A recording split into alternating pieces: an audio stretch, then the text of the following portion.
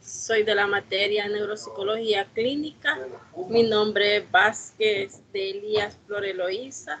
El tema que hoy se va a exponer es sobre la organización y función anatómica del sistema nervioso.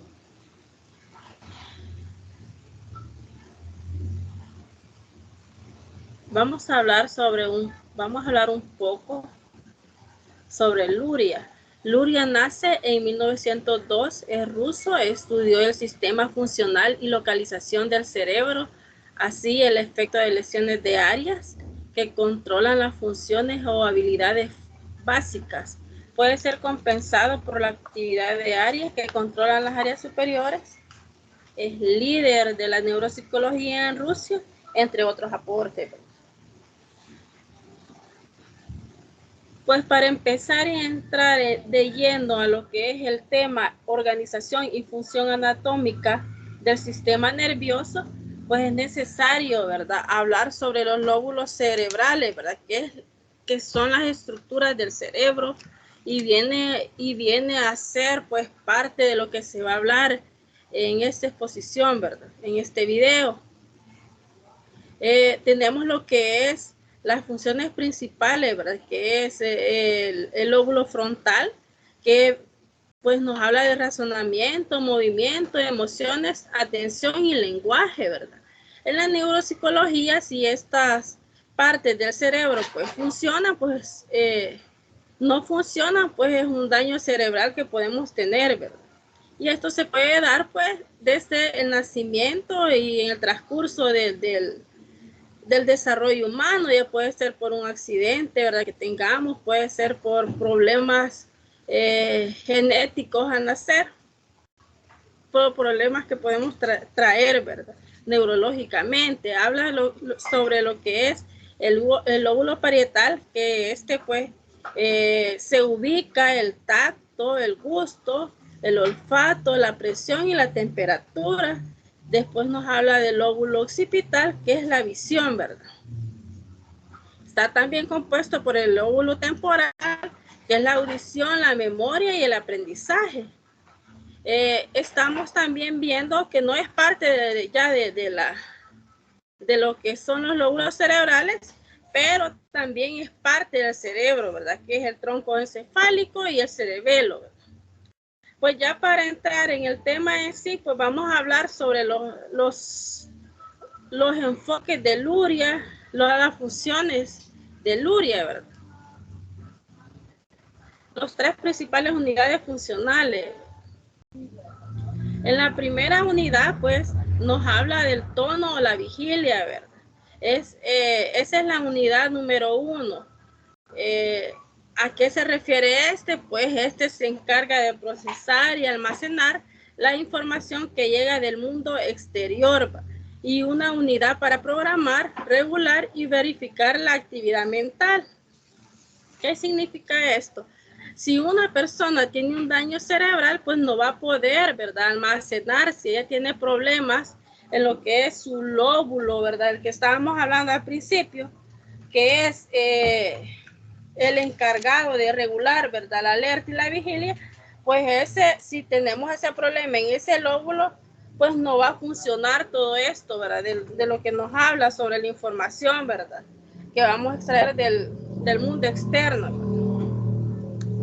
Una lesión que tengamos en el lóbulo temporal o en la cisura de Rolando, pues no nos va a ayudar, ¿verdad?, a extraer la información del mundo exterior, ¿verdad? Entonces es una parte muy importante que tenemos en el cerebro, ¿verdad? Todos los lóbulos tienen su función y su ubicación. En la segunda función, pues nos habla del segundo bloque funcional, ¿verdad? La función primaria, que es el recibir, el analizar y almacenar la información. Pues este se encarga, ¿verdad?, de lo que es la percepción, el análisis de la información, y igual se deriva a la síntesis y proyección, ¿verdad? Por ejemplo, a nivel cognitivo, la integración de los analizadores, no solo externos, sino lo interno. Por ejemplo, la temperatura corporal, ¿verdad? Entonces, todo esto es parte, ¿verdad? De lo que es el óvulo y la cisura, ¿verdad? De Rolando, que son los que ocupan, pues, esa función, ¿verdad? Lo que hacen esa función. Luego nos vamos a la parte de la tercera función, que es los planes, proyectos, intenciones, los procesos metabólicos o un flujo directo de información que evoquen un reflejo orientador o solo por las únicas fuentes de actividad humana.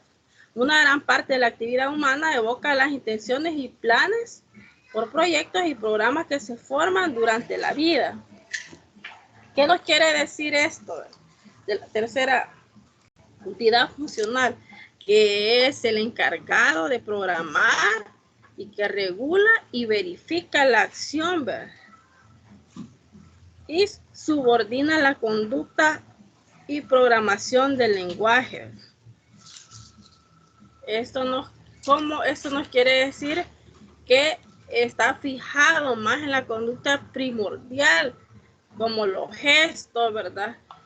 Los impulsos nerviosos, y posee también canales de salida en información, no solo con el lenguaje que nos comunicamos, ¿verdad? Sino también, como lo decía anteriormente, con los gestos, ¿verdad? Pues si nos ponemos a pensar, Luria era un líder de la neuropsicología, pues porque él sabía bastante, ¿verdad? Y fue el que descubrió lo que eran los bloques funcionales. Otra parte muy importante, otro aspecto muy importante, son los enfoques que él le dio, ¿verdad? A cada función, ¿verdad? Y también, pues, como le decía, la parte que él explica, ¿verdad? De los bloques, ¿verdad? En el proceso psicológico superiores se ubica también en la primera unidad funcional, la abstracción, el pensamiento, el lenguaje, la toma de decisiones, las actitudes y la imitación, ¿verdad? Pues sabemos que si tenemos un daño a nivel cerebral, pues podemos tener patología, ¿verdad? Cuando nos habla del lenguaje, nos habla de la afasia, de la apraxia, pues entre otros trastornos está la dislexia, la discalculia, todos esos que son trastornos o patologías relacionados al lenguaje, ¿verdad? Y que están involucrados con lo que es el lóbulo, ¿verdad? Los lóbulos temporales, ¿verdad? Que al final pues siguen siendo lo que son patologías que vienen a dañar la parte del cerebro, ¿verdad? También, y que nos impide funcionar, ¿verdad? O almacenar información o percibir el ambiente externo, ¿verdad? También nos habla de lo que es los procesos psicológicos básicos, ¿verdad? En eso está pues lo que es la memoria, el aprendizaje, la motivación, la emoción, la atención y la percepción, entre otros. Cuando nos habla de las unidades funcionales, pues sabemos que nos habla de lo que es la alerta y la vigilia, ¿verdad? Que es la primera, y después se va derivando poco a poco en lo que es niveles de conciencia y estados mentales y las posibilidades de atención e ingreso e impresión, ¿verdad? A los niveles superiores, ¿verdad? Que va subiendo de nivel ya a medida se va dando los daños en cada bloque, ¿verdad?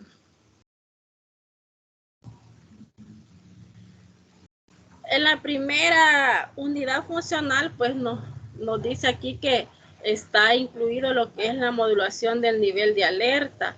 La primera unidad se ubica en el lóbulo temporal, como les decía, donde se encuentra lo que es la cisura de Rolando. Esta área es la encargada de la unidad 1, ¿verdad? Es la parte del cerebro involucrada. Luego pues hablamos sobre la segunda unidad funcional y estamos hablando de dónde está ubicado, ¿verdad? Pues ya la función es la percepción, el análisis de información, y esta pues, para que nos quede más claro, está ubicada en el óvulo parietal y occipital. Es el que hace la función, ¿verdad?, de percibir, analizar información, ¿verdad? Que el ser humano le funcione bien este lóbulo, pues le va a funcionar bien lo que es la percepción y el análisis de información.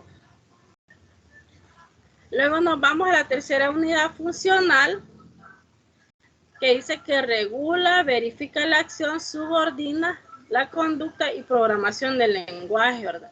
Aquí ya nos referimos a lo que es la conducta primordial, los gestos, el que organiza el sistema nervioso, ¿verdad? ¿Dónde está ubicado lo que es la tercera unidad funcional? Pues en el lóbulo prefrontal, ¿verdad? Que es el que regula la actividad, ¿verdad? Ese es el encargado de regular las actividades del sistema nervioso. Y ahí va en cuenta todo, pues lo que es los sentidos cognitivos, ¿verdad? O lo que es el lenguaje, lo que es el tacto, el olfato, la vista y la audición, ¿verdad? Todo eso va incluido, ¿verdad?